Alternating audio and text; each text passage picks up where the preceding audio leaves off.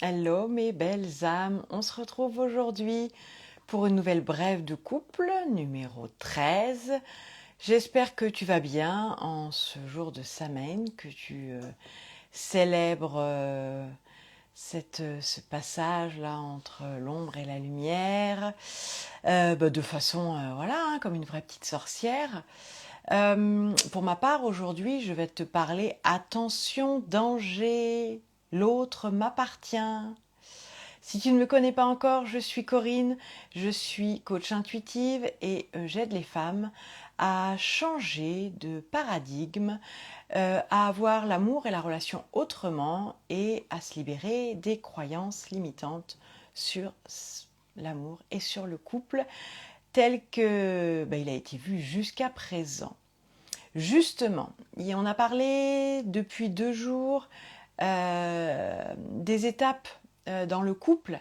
Donc on a parlé du couple blessé et du couple opposé, qui sont des passages de ce que moi j'appelle les couples en fait immatures, mais c'est simplement voilà, des premiers couples que l'on peut avoir et qui peuvent être vraiment régis par l'ego, par la passion.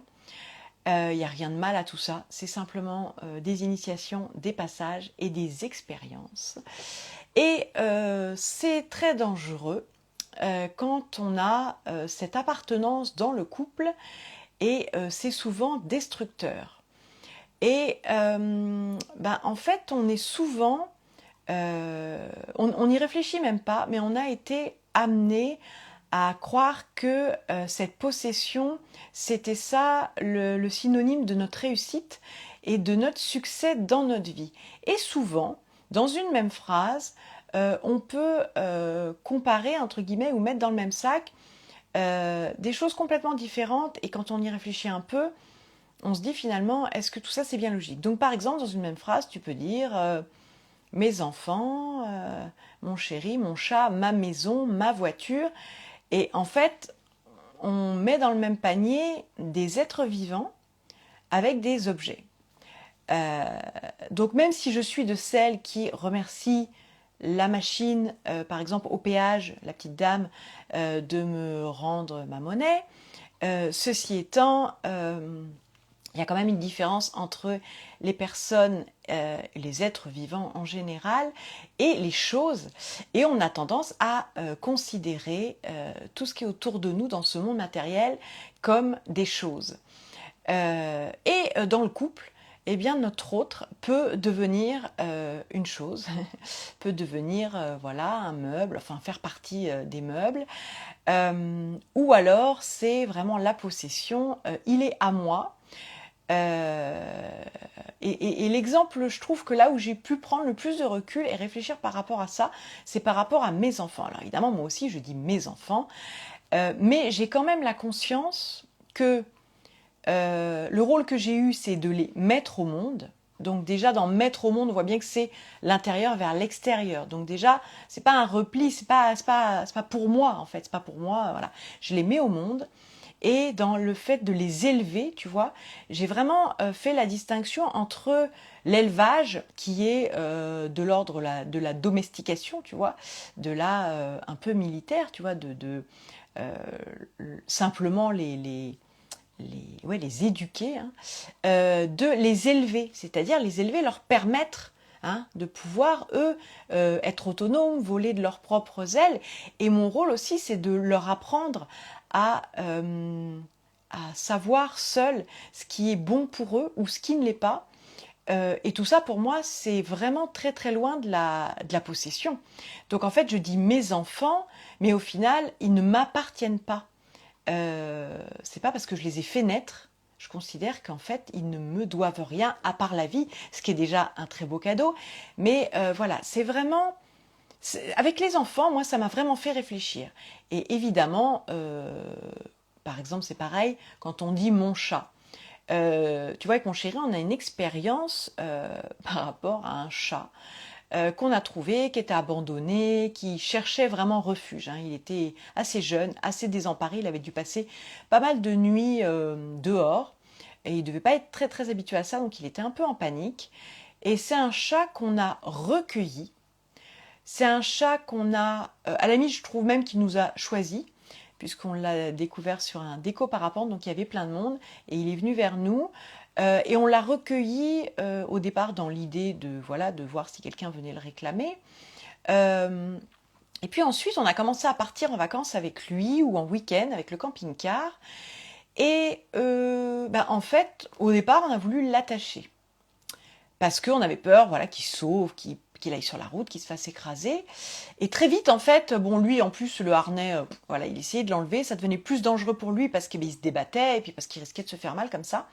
Et très vite, en fait, comme quoi on est vraiment programmé, hein, conditionné, on a vraiment changé de point de vue et on s'est dit, considérons qu'il nous ait choisi, mais en fait, il est libre, s'il se sent pas bien avec nous, de partir, voilà, d'aller vivre d'autres aventures. Et on a vraiment, ouais, on l'a pas attaché, tu vois. On lui a permis de faire ses choix, même si elle est sur la route et même si pour nous on pensait que c'était dangereux, on lui a vraiment permis de vivre sa vie et en fait tout seul parce qu'il a eu l'intention de rester avec nous et d'ailleurs il est resté avec nous et d'ailleurs il est à côté de moi, Bagheera, une petite panthère noire. Et on lui a vraiment laissé cette opportunité. Donc, par exemple, quand il a peur des voitures, par exemple, il vient se mettre sous le camping-car. Pour lui, c'est son moyen d'être en sécurité. Et en fait, on n'a pas eu besoin de l'attacher. Maintenant, les gens se marrent parce que il est libre, même dans le camping-car. Donc, il n'y a absolument aucun souci. Dehors, on est allé même bon, dans les campings, ou même on fait beaucoup enfin voilà, on est sur Parc Atnay, donc on fait un peu des trucs un peu sauvages, et les gens sont assez étonnés de le voir toujours en liberté. Il va se promener, il revient, mais même s'il revient pas, je veux dire,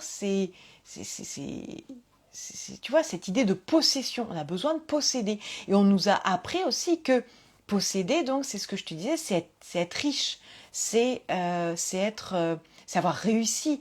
Donc, quand tu as coché toutes les cases et qu'effectivement, tu as le mari, les enfants, la belle voiture, la grande maison, le chat, le chien, voilà, etc., toutes ces possessions, on te fait croire que c'est ça être riche, tu vois, être propriétaire, alors que, je veux dire, sur Terre, pour moi, on est, on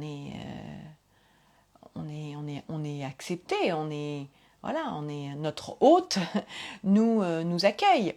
Et tu vois cette idée de avoir besoin d'avoir une partie de terrain qui est à nous.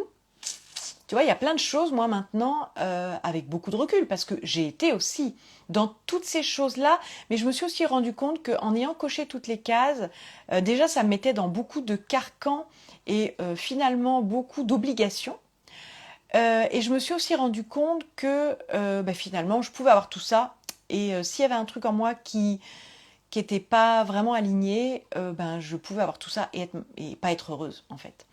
Donc, je suis vraiment revenue à cette idée de ce qu'on nous a un peu dans le modèle dans lequel on nous a conditionnés. Donc, ces possessions, cette appartenance, en tout cas dans le couple, c'est vraiment quelque chose de dangereux.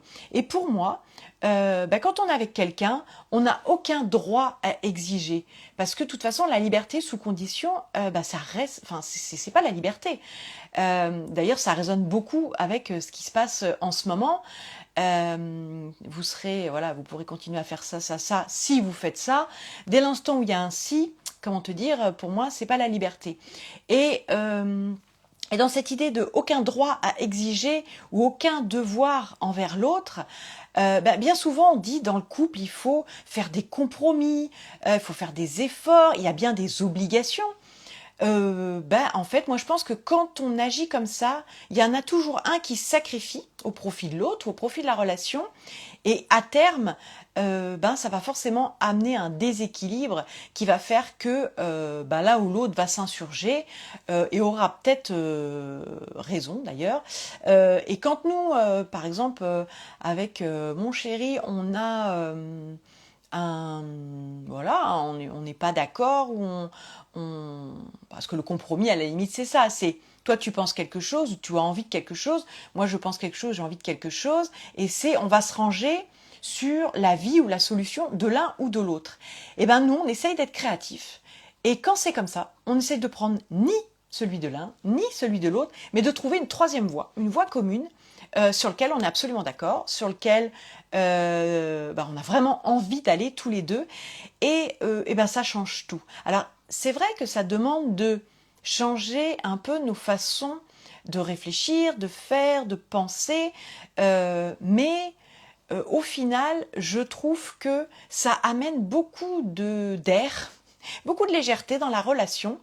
Et donc, comme on a déjà tendance pour soi à avoir tous ces il faut, je dois, dans la relation, ça amène vraiment à ne pas s'enfermer aussi. Ne pas s'enfermer dans des schémas un peu faciles. Donc ça demande aussi, ouais, dans cette créativité, et ça revient à ce que je t'ai expliqué, c'est-à-dire que pour moi, le couple intégral, hein, c'est le Graal, c'est d'être en intégrité avec soi, avec l'autre. Donc tu vois, là, il n'y a personne qui qui s'éteint ou qui se met en berne par rapport à la relation ou par rapport à l'autre. Et c'est bien cette idée de 1 plus 1 égale 3, c'est-à-dire qu'on a chacun notre individualité et que le couple est une troisième entité, une troisième énergie que l'on cherche à nourrir et que l'on bâtit pierre par pierre. Et ces pierres, en fait, c'est cette co-création. Mais qui dit co-création dit bien sortir un peu des sentiers battus et des recettes un peu miracles et de ce qu'on a toujours fait. Et je trouve que c'est très enrichissant et ça évite un peu la routine. Donc finalement, moi, j'y ai vraiment trouvé mon compte. Et puis, ben vraiment, ça évite de rester dans ces obligations. Croire que pour garder l'autre, hein, pour pas le perdre, voilà, on doit agir d'une certaine manière. Donc c'est aussi de sortir de toutes nos croyances, hein, sur le couple. Et il y avait une autre chose que je voulais te dire à propos de cette appartenance et de cette possession, c'est aussi de ne pas considérer l'autre comme acquis. Parce que il y a un certain processus, hein, dans le couple, hein, qui part de la rencontre. Et puis à un moment donné, c'est presque comme si on avait, tu sais, il y a des expressions qui sont quand même assez fidèles à tout ça. Mettre le grappin sur quelqu'un, tu vois, donc c'est vraiment le harponner. Il y a une idée de piège que tu tends. Et qu'une fois que l'autre se débat bien dans la toile d'araignée, tu vois, c'est un peu comme ouais, la mouche qui est dans la toile d'araignée, il peut plus en sortir. Et ben ça c'est horrible parce que finalement ça mène soit à quoi une envie de fuir, hein, une envie de s'évader, donc d'aller vers l'extérieur et donc de ne pas se sentir en confiance, en sécurité dans cette troisième entité qui est le couple, ou alors c'est vraiment être dans cet enfermement, hein, ça peut amener à cette fameuse cage dorée, hein, qui est ouverte et même on a les clés à nos pieds. Et on reste alors que on reste parce que peut-être aussi on a signé un contrat. Tu vois, toutes ces idées, maintenant j'en reviens moi, de mariage, de tout ça, on signe un contrat et quand on le lit ce contrat, il y a quand même cette idée d'appartenir. Tu vois, pour des raisons différentes, hein, dans des comment dire, dans des domaines différents, mais il y a bien cette idée d'appartenir. Et ça me gêne fortement. Et dès l'instant où sur cet amour, on met un contrat, pour moi déjà, on biaise un peu, tu vois, l'amour, il s'enferme pas. L'amour, il n'enferme pas. Et l'amour, il ne contraint pas. L'amour, il ne demande rien. L'amour, voilà, l'amour se donne, se reçoit, c'est une énergie, c'est un échange, c'est un partage. Ça peut pas se faire dans une obligation, ça peut pas se faire dans c'est le mien ou la mienne. Donc c'est pouvoir se donner l'opportunité d'être dans le duo, tant que ce duo te nourrit, tant que ce duo te permet d'évoluer.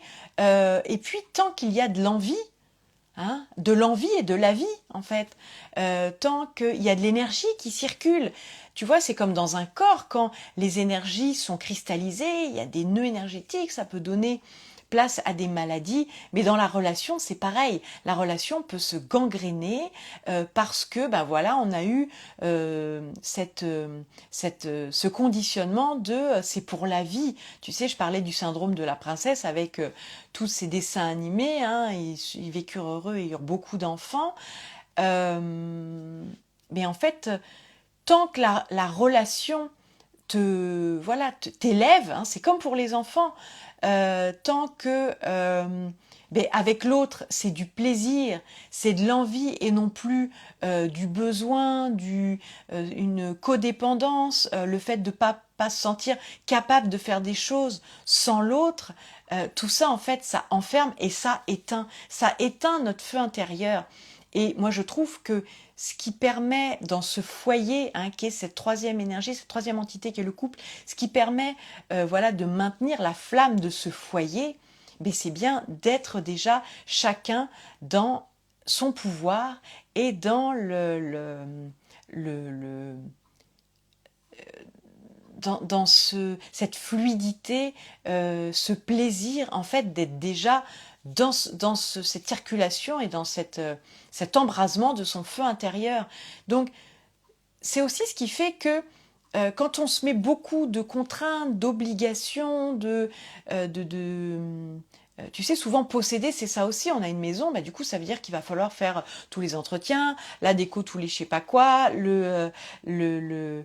ça demande beaucoup d'obligations. Tu as un beau jardin, mais du coup, voilà, bon, bah, tu as le peu de temps qui te reste, c'est ton de la pelouse, etc. Il y en a qui se rendent esclaves de ça.